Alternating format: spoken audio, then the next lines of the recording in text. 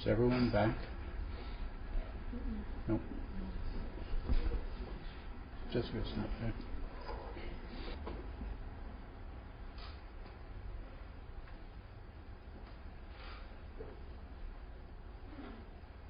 So this particular practice is there's lots of the Shambhala tradition has stroke practice, Japanese tradition, lots of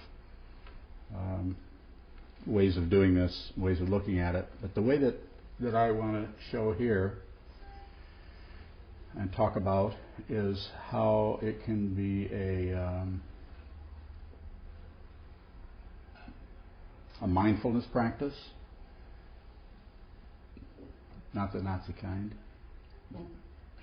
just observing what we do. And again, the idea of the halfway point or half measure works well to break down the goal orientation that comes up in everything we do. I've got to get this done, I've got to do this right, and so on. So doing that seems to soften it all up. Like when you reach for the brush, you actually notice when you're halfway there. Just kind of make a mental note. It may seem kind of insignificant, but if you do this as a practice a little bit on your own, with anything, it can be chopping carrots or anything.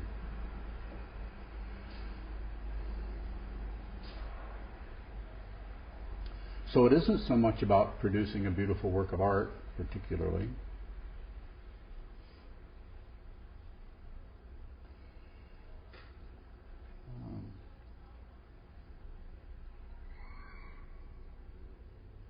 But it's more about everything that occurs around that, everything that happens around that.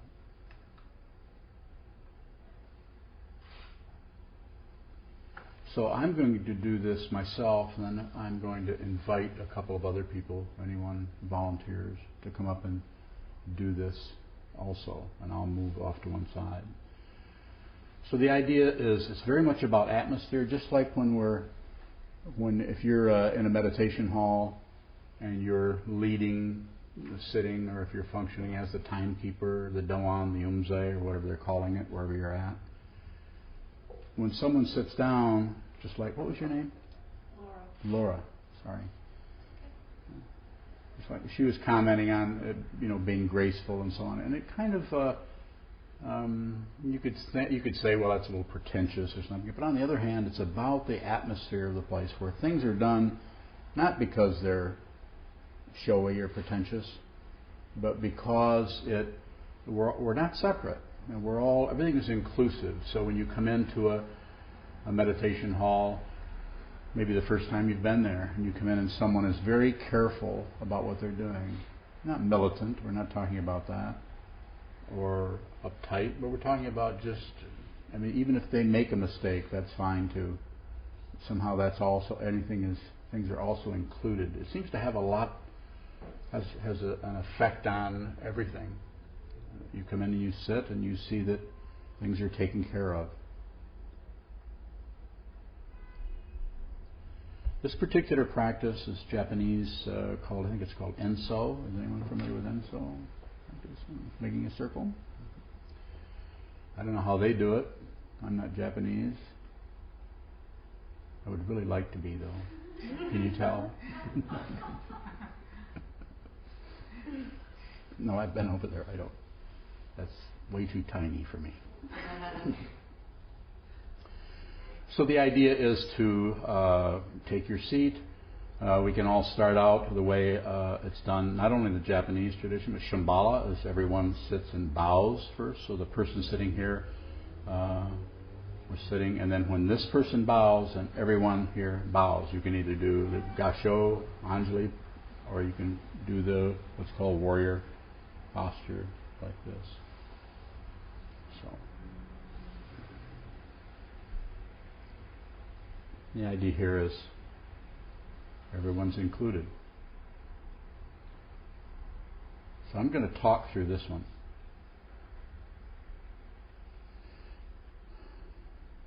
The idea of appreciation is not so much seeing how valuable something is by contrast, but actually just seeing what it is and letting it be that. You might look down and see a spider crawling across. You just let the spider crawl across. So it's nothing is wrong with anything.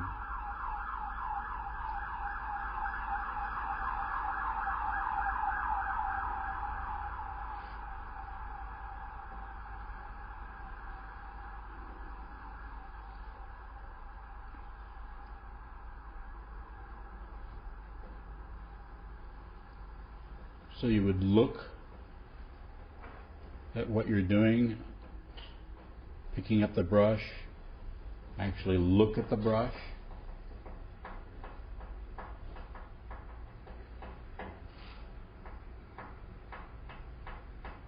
There are different ways of holding the brush.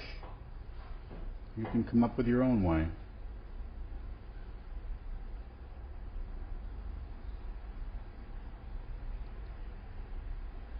And here it's like we had no idea what we're going to do next. No idea at all. We're just ink and brush.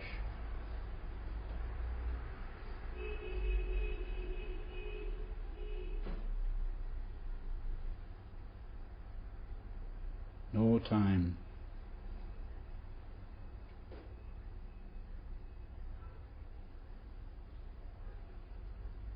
You might do this slightly differently every time.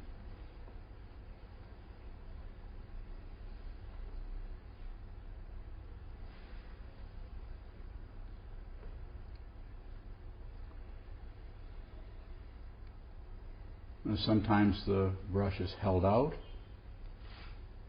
in a sense of respect, and also it's like, what the hell is that?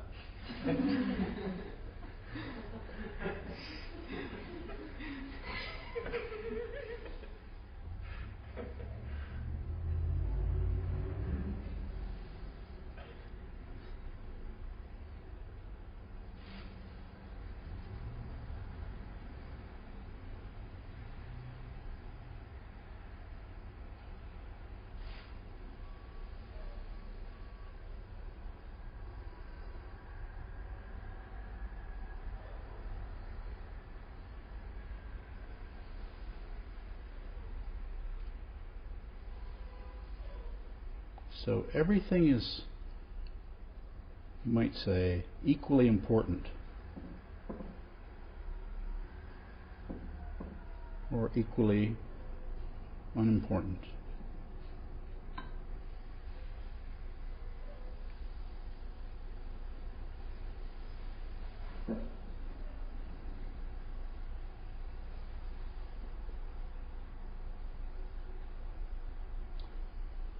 And then you could either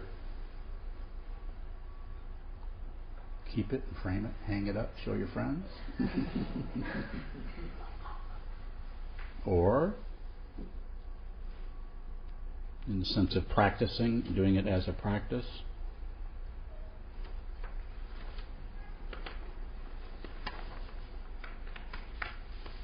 fold it.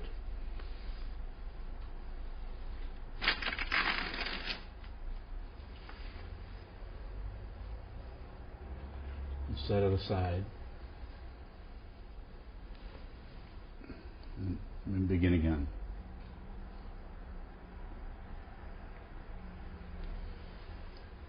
There's other things that can be done. Perhaps some of you have done. Has anyone done heaven, earth, and man practice with a brush and Shambhala? Heaven, earth, and man. So it would be do some kind of a glyph, and then you would possibly, one of the ways of, you would look at it and see whether it was, it's like Shin Soy Hikai in the Ikebana tradition, the basis or the ground and the heaven quality of it, and then man that connects heaven and earth, as it's said.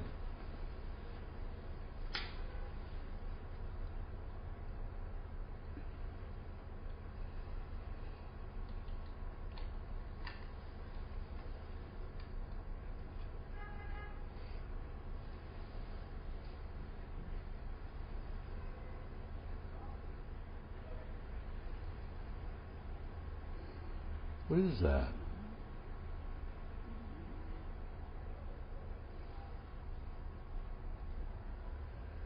Halfway.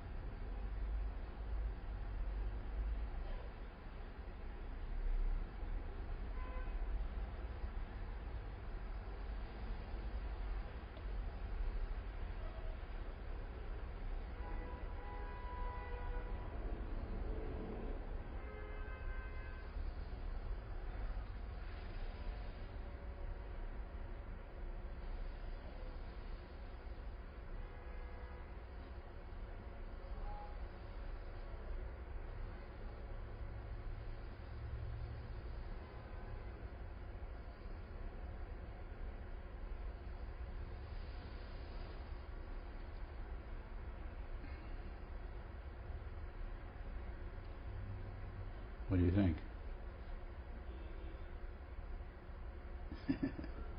I like that. That thought. So you would look at it in terms of that kind of category? It's just a way of looking at it. Heaven, earth, or man? Is it some part of that? Is it all three? Is it two of them? Is it none of the above? Is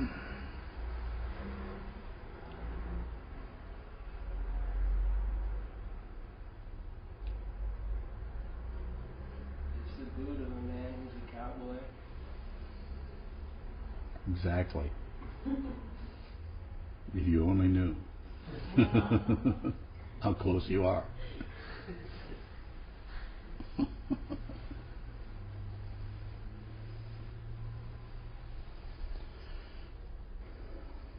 Any comments? So you said you'd had some experience with doing that, with calligraphy?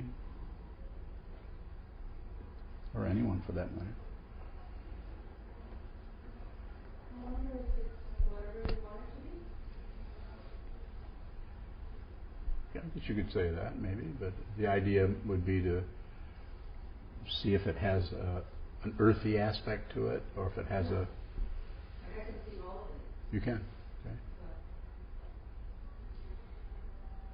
Is the idea to look at it like we looked at the paintings and let it sort of speak to you? Somewhat. It's kind of hard because I'm sitting over here and everybody else is seeing it at an angle, so maybe it's not going to work that way. If I tip it up, it's going to drip ink all over Ethan's floor. It does have a grounded, earthy quality. I would say that. Yeah.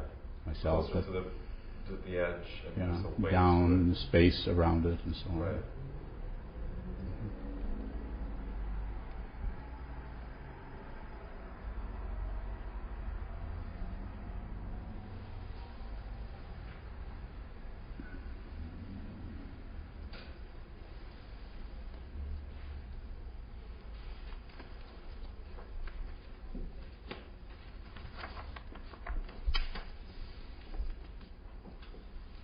I was going to have someone else come up, but are there any questions about or comments about what this is like or what it's about or why do it? Are you allowed to pick up the brush and put it back down again, or does it have to be one continuous motion? It's a good question. Yeah, you can do anything. From my perspective, some other form, tradition, some traditions are very definite about what you do all the time and the shape and everything. So, but it just depends. What I'm doing here is pretty open. I'm not following anything particularly. So, Jill? Well, when you're starting, do you have an intention of either doing the Enzo, the circle, or the heaven, earth, and man practice? I think so. Okay. It might have some kind of intention. It's a good word.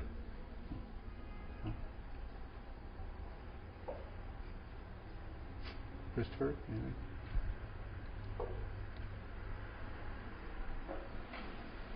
In what I know of both calligraphy and I've been studying Ikebana for 10 years. Uh-huh.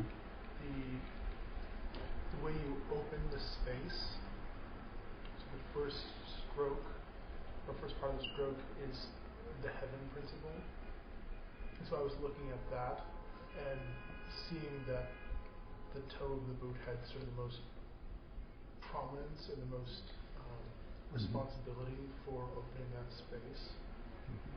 Do you ever find that that's not the case? If that makes sense?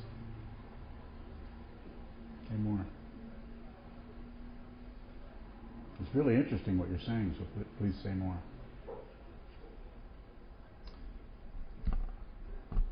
The first time you put ink on paper, it actually creates the space for all the rest of it to happen. Yeah.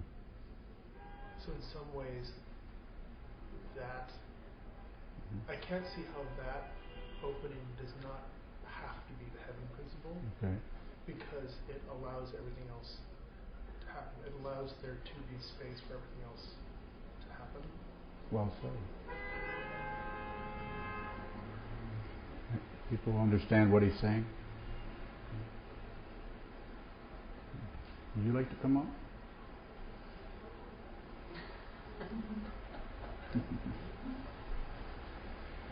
Your eyes get kind of big then.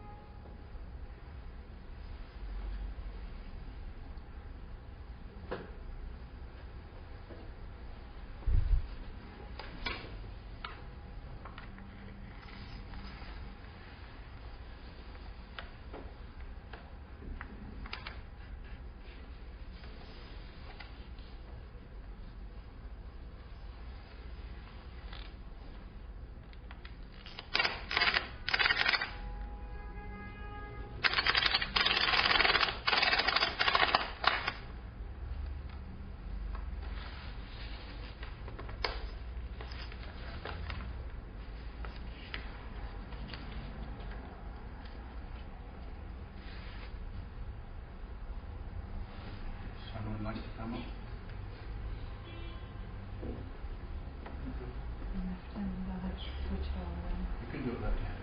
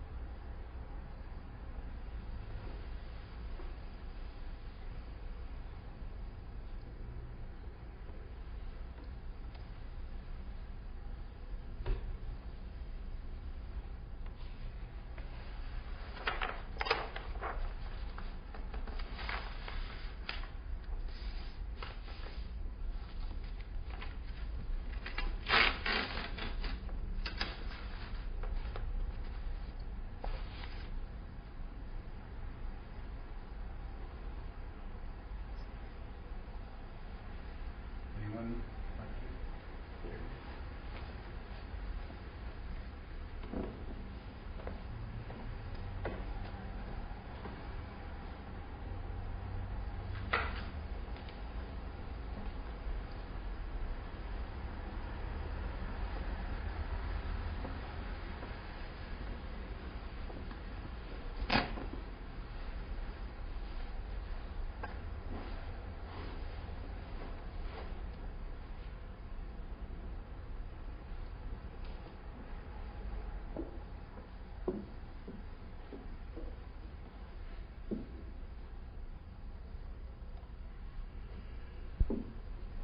And as we're sitting here watching, you don't have to focus on any particular, you can just take everything in at once, see it as one simple situation. Or not.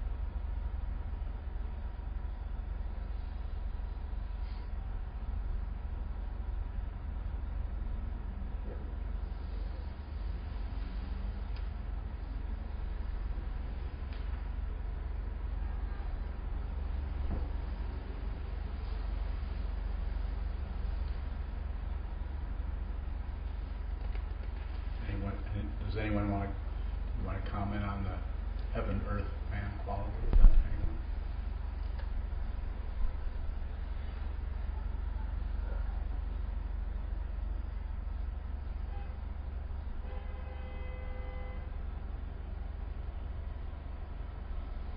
Kind of hard to see from an angle.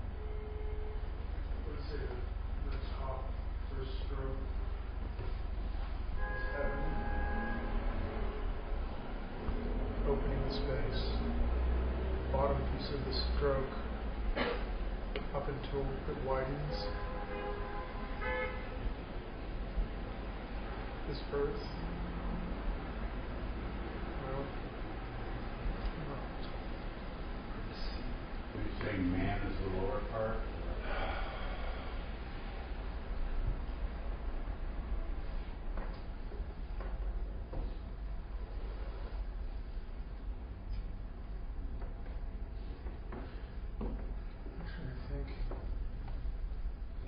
the widening at the bottom and the small lower part is probably earth, and the connection between the top, the narrowing of the top piece and the connection to the larger piece is probably piece.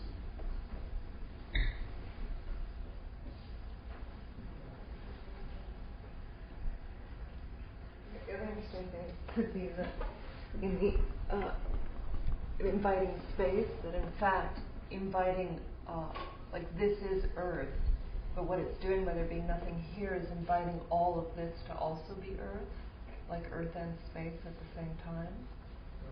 If that's the case, good job. Good job.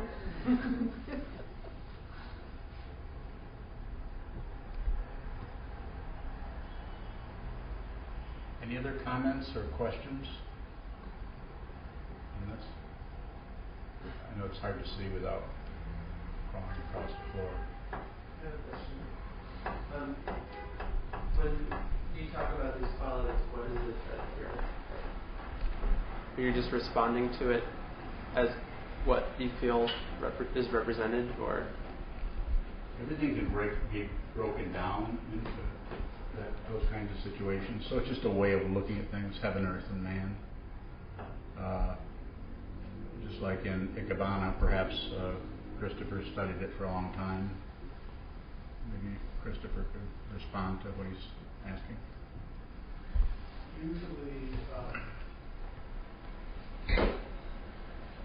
there's three main parts of any Ikebana piece. Can you say what Ikebana is? Ikebana, Japanese flower arranging, also called kado, which is way or path of flowers. It's a way of dealing with the structure of the universe in a very set type form using living or recently living materials.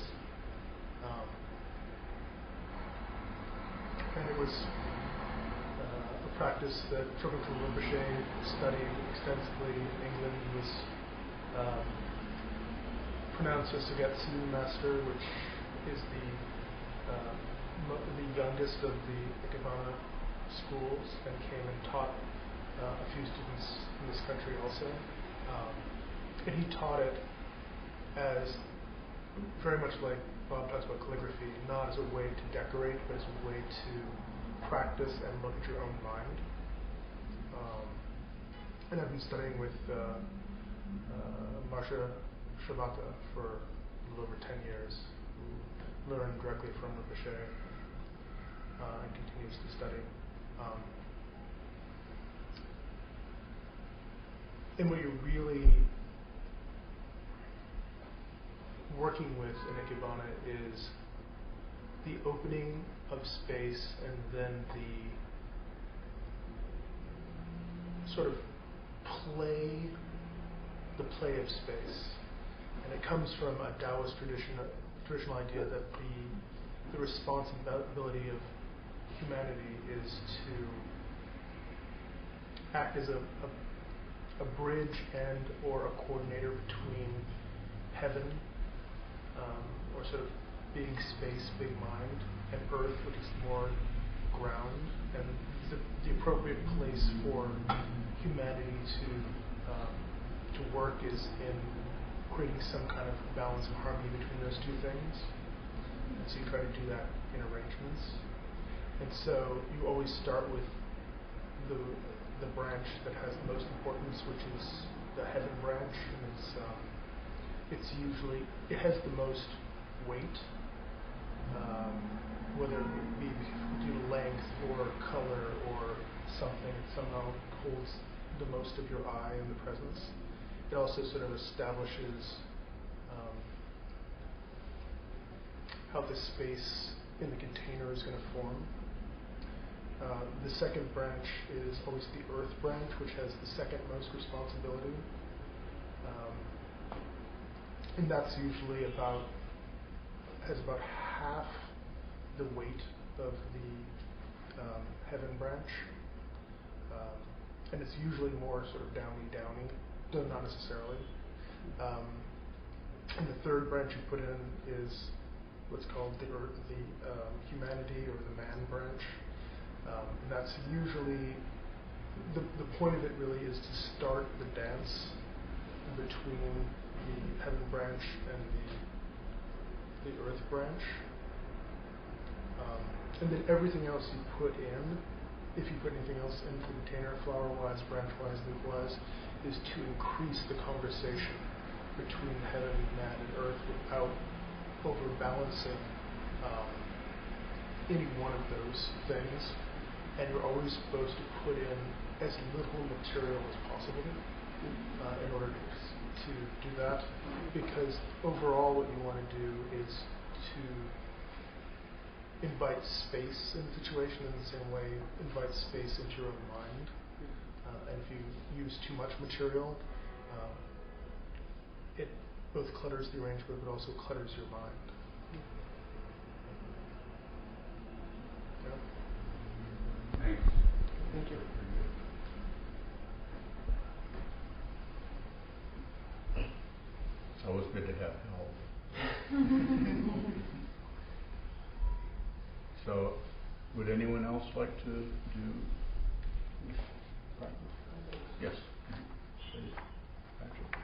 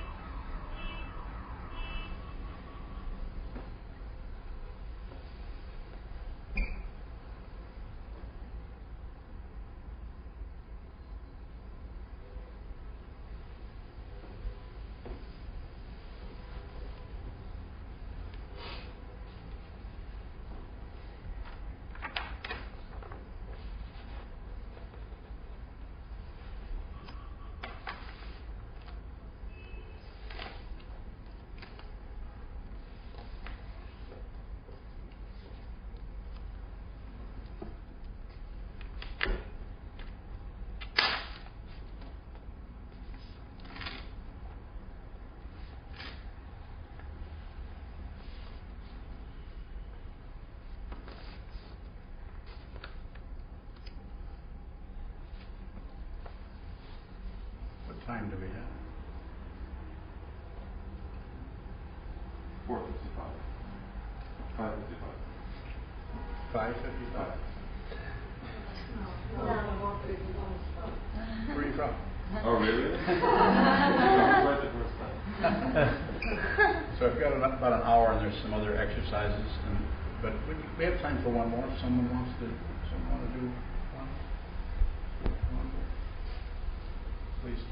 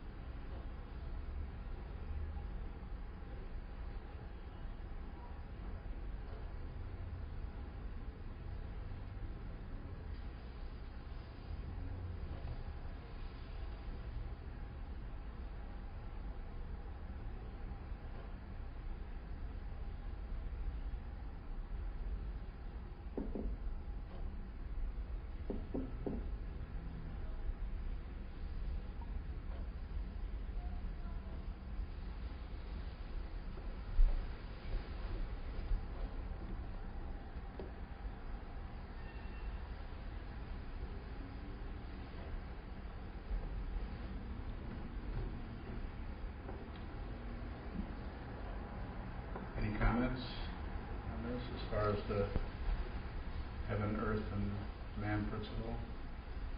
With Christopher's help, of course. Well, like you were saying, the first stroke kind of sets the scene, sets the tone for it. Could I? Certainly. It seems like the curve that goes around to the first curve is heaven, and then once it turns to go, the second one is man, and then the third one is earth.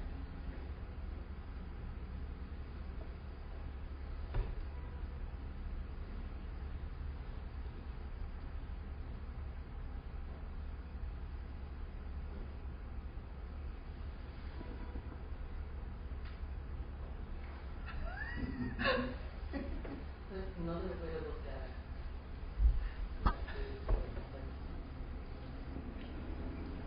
the first whole curve, to the left and then to the right might be heaven, kind of this whole expanse, and then the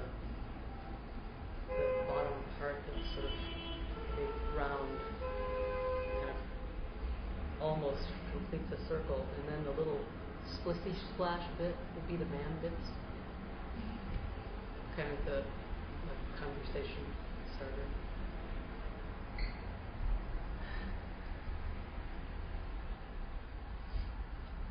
What was your name again, sir? James. James. What do you think?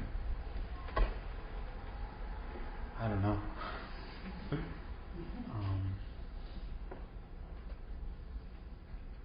Yeah, that's interesting what you said. Just little parts there. Amen.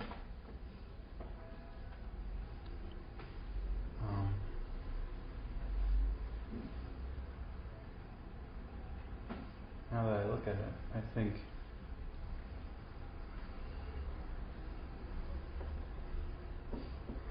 heaven and then man and earth underneath. Kind of the reverse of what you said, almost. How did it feel to do that? It felt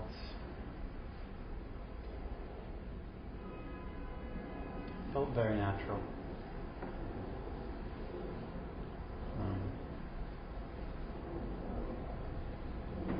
Yeah.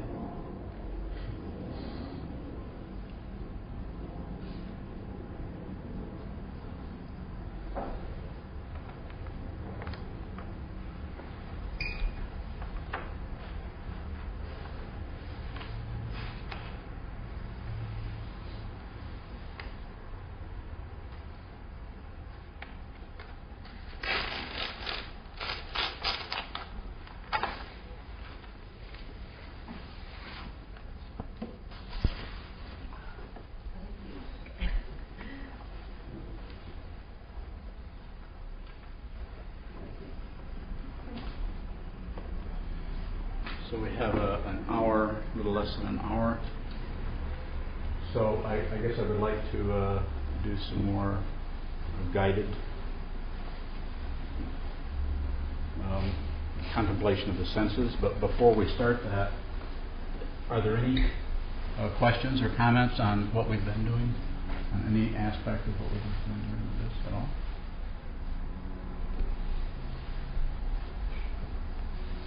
No? Pardon me? Why do you do calligraphy? Me personally? Yeah. I like it. I like to make stuff, so I make things, so it feels good. I also made my living as a sign painter, which is a much different thing where you really have to control everything in order to make it acceptable in the commercial situation. My son, and Kateri's also a sign painter, learned to paint signs so that you can. But as far as the calligraphy part, it's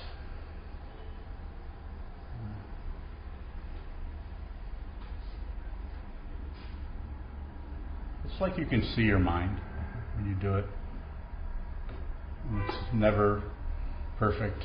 It's always it's like can anyone remember the saying about maybe it's a Korean teacup where they say that there's always some, I can't remember how that saying went, something about there's always some imperfection in it somewhere, some little thing that's wrong. I can't remember how the saying goes, but probably shouldn't say anything.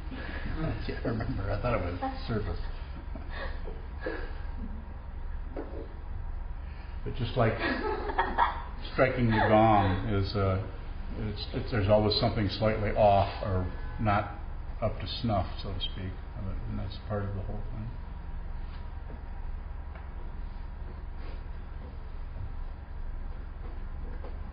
Artists, quite often, writers, painters, get something done, and they're on to the next thing. There's always something that wasn't maybe adjusted just right, or it's rare to find creative people that are like still hanging on to something they did 3 years ago, or so much. I don't know. We have a lot of creative people here. Maybe an exception. Anybody?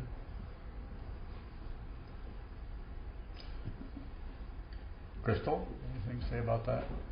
Past work, things that you've made? Well, maybe they've never done, but they're always just a fucking mess. There's not really any way to. I would have said that with a British accent. Because it's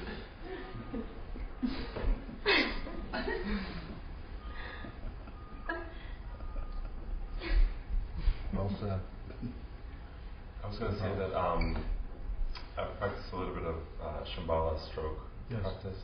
There's something really beautiful about confronting the white page over and over again. That is, it's a great metaphor for everything. Whenever you approach a situation, allowing that kind of not knowing or just blank slate quality to reality, and then from there going into it. Yeah, good point. Every morning you wake up, there it is. Right. Same situation. You know, those paintings, these were once totally white pieces of canvas. Typing paper, any place you write anything, make anything. It's amazing. And it's something I think about the process that's emphasized is the whole idea. When you watch someone do this, if you maybe not particularly watch what they're doing, but just look at the entire kind of a dance. You could say the same thing about your life. Your life is it's like a metaphor, like you're indicating. Every day you get up, it's that kind of situation. So. And also the folding and everything putting about it to it, the side. Putting it to bed. Pretty heartbreaking. Yeah. Sad, like Trungpa Rinpoche, the Dorje Dradla Mukpo said, the heart of genuine sadness. You know.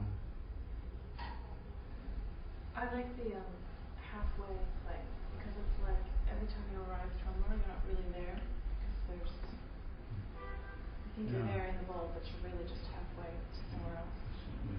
It's a powerful thing if you can, I don't know, ingest that or make that part of what you do. Everything starts to slow down when you start dividing things up a little bit like that. I think probably dancers, you can do that all the time.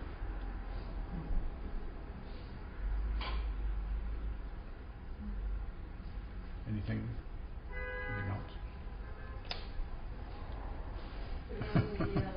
Meditation, the yes. breathing practice, about hanging out in the eighth consciousness yes. or something. So far I've been used to having an object of yes. meditation, and if I understand it correctly, we don't in this stage, right? It's just completely loose. Yes. Do both. You'll know.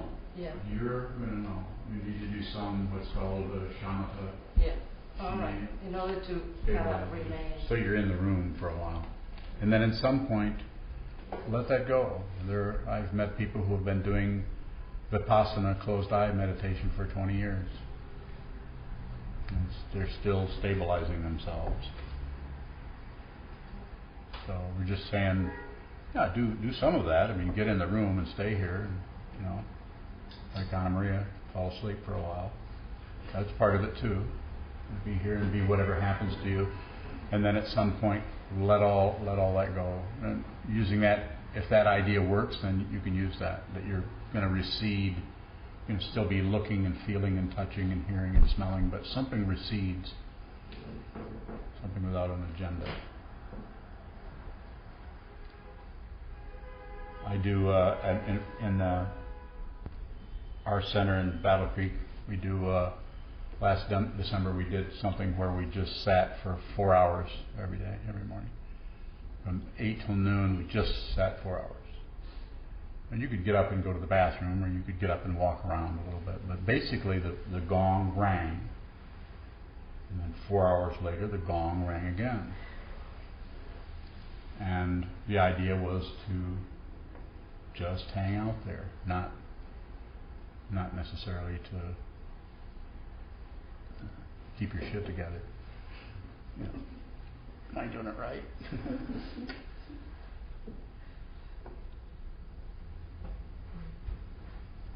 How does somebody deal with restlessness?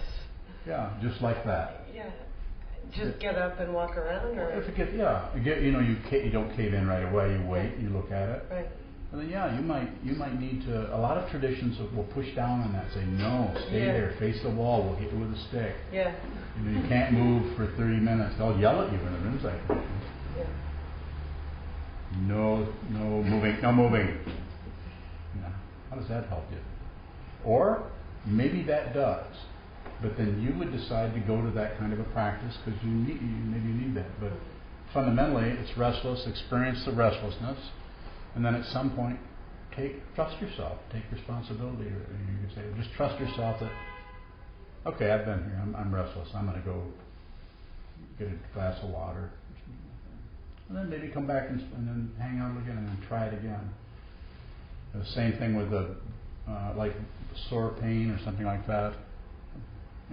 Go a little ways into it, let it hurt, then at some point move to a chair. It's the same thing the Buddha did, basically.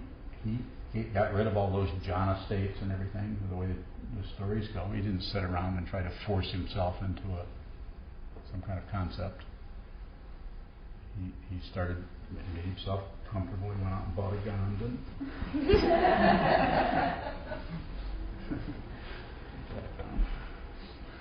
saw the fundamental nature of reality.